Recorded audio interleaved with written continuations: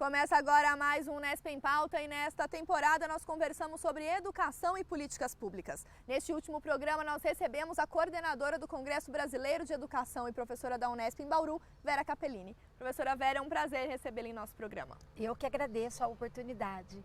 Professora, fazendo um balanço então, já que estamos encerrando essa série de entrevistas sobre educação e políticas públicas, o que representa debatermos hoje no cenário educacional brasileiro a questão das políticas públicas? Nossa, eu penso que o nosso congresso, a sua 5ª edição, ele teve a oportunidade da gente debater sobre temas emergentes, sobre temas que o país vem passando por mudanças. Por exemplo, nós reunimos mais de 1.200 congressistas e a temática desse ano que discutia política, formação de professores, os projetos e os programas que vêm sendo desenvolvidos no país, nós tivemos um destaque, o Plano Nacional de Educação, que acabou de ser aprovado e do qual cada município agora deve fazer o seu.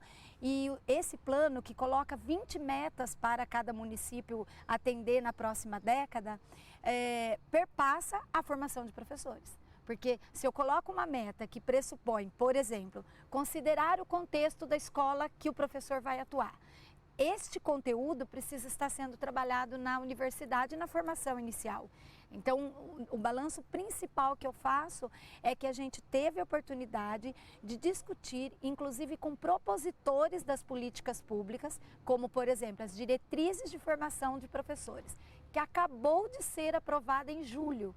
Que a partir desse ano, então, cada instituição de ensino superior terá até 2017, 2 anos, para todos os currículos se modificarem e atender às novas diretrizes. Professora, e a senhora acredita, pensando nesse Plano Nacional de Educação, que as escolas, que a nossa educação brasileira, os gestores dessa educação, eles estão se programando para isso, para garantir um futuro melhor para a nossa educação?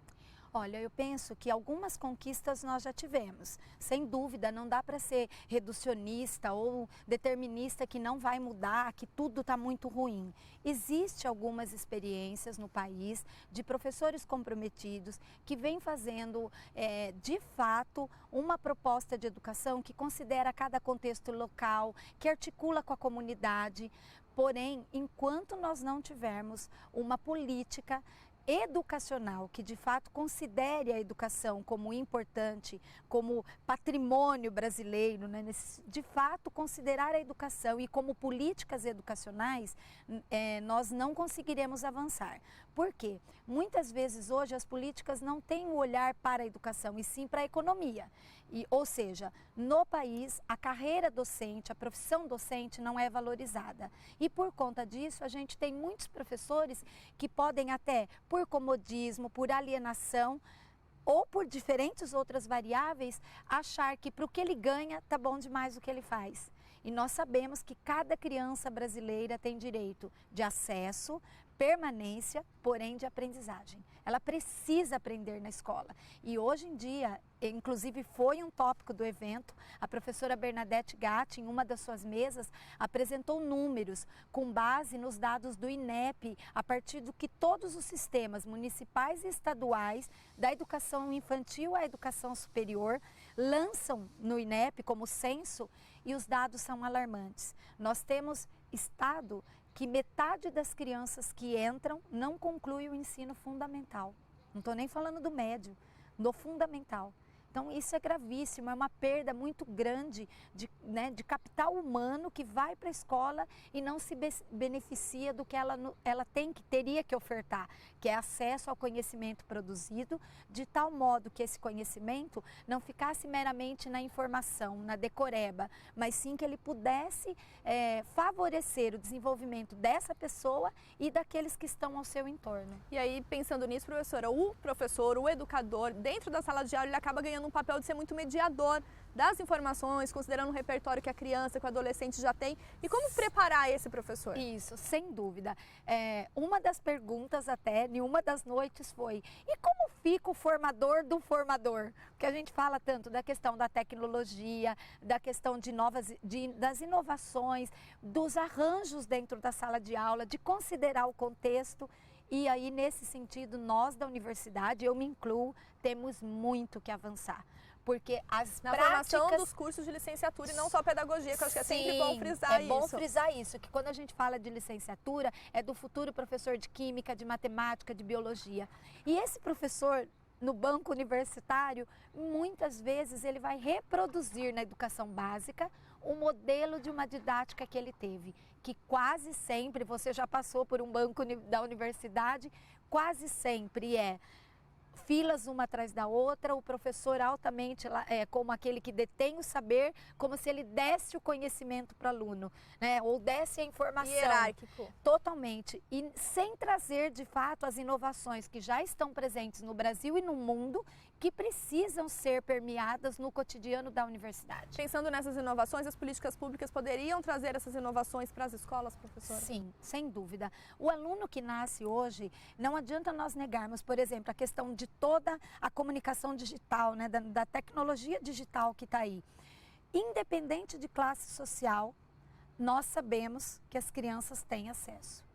Ele vai para a escola e muitas vezes o que é trabalhado com ele por 4 ou 5 horas, aquele que está em período integral, é lousa e giz.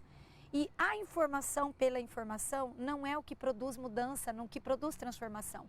Porque a informação, se ele apertar o dedo dele lá no Google, ele tem a informação. Mas isso é pobre, só a informação.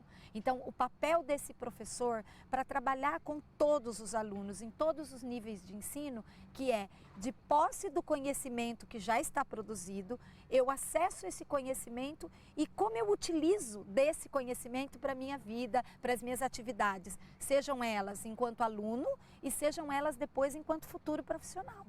Porque o profissional que a gente forma, eu não tenho que olhar para ele só agora como aluno. Eu tenho que olhar para pensar que competências e habilidades ele vai precisar para atuar profissionalmente lá naquela realidade social que existe. Que não é um conto de fadas. Cada realidade é uma, ele precisa de fato ter na formação inicial. É uma educação pensando no contexto. No contexto. Já nesse contexto que ele vai atuar, o que vai ser exigido dele lá? E como que os gestores escolares podem se apropriar aí de exemplos de políticas públicas de outros países para, de repente, mudar, mesmo que seja de forma pontual, a realidade de uma escola, pensando nesse contexto, no entorno, no seu público-alvo, que seriam esses alunos? Sim, os gestores, tanto os que estão coordenando cursos de superior, então, por exemplo, um coordenador que está à frente na coordenação de um curso, seja ele de licenciatura em matemática, em educação física, pedagogia, um gestor de uma escola pública, um gestor de um sistema educacional, já em âmbito de diretoria, ele precisa se apropriar de experiências já existentes.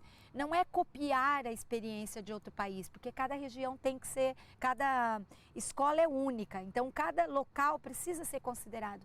Porém, já existem diferentes experiências no Brasil e fora do Brasil que nos apontam caminhos, que nos dão pistas do que pode ser feito. Um exemplo, escola de educação infantil, que trabalha com música como um elemento, como uma atividade sistemática de rotina diária. A ciência prova que a música promove o desenvolvimento, que ela trabalha com a atenção, com a memória. Ou seja, a ciência nos aponta, a partir de dados de cotidiano escolar, que ter a música permeando toda a rotina e todos os dias é vital. Um gestor, ao saber desse conhecimento, ele pode motivar a sua equipe, possibilitar reflexões na equipe, numa equipe que, por exemplo, não faz uso da música, do quão importante é. E é um conhecimento que não é de senso comum. Já há comprovação dos benefícios que a música faz. Dentre outros, eu peguei um exemplo que ele pode se apropriar. Então, muitas vezes, um diretor não cultiva no seu cotidiano que toda criança tenha acesso ao cantar, ao ouvir música todo dia. E às vezes ele não faz por não ter esse conhecimento. Então é muito importante, e eu costumo dizer que na era da digital, né, que nós temos aí, que não é mais só tecnologia, mas com a informação disponibilizada, não há só que pensar, eu não comprei um livro. ele pode buscar as bases de dados, as teses e possibilidades dissertações estão dadas. Então a gente precisa fazer uso desse conhecimento, porque conhecimento ele não é produzido para ficar engavetado ou na biblioteca de uma universidade. Ele é produzido com o objetivo, sobretudo as pesquisas em educação, para modificar a educação. E se a gente não usa delas para modificar as nossas práticas, não tem sentido. Então os desafios são muitos, professora, eu gostaria de agradecer, principalmente parabenizar pela iniciativa de fomentar nos universitários e também na comunidade em geral, temas como esse para tentar essa transformação que é cada vez mais urgente em nossa sociedade. Muito obrigada. Eu que agradeço a oportunidade mais uma vez. Os desafios são muitos, mas as possibilidades existem. Muito obrigada, professora. Ok.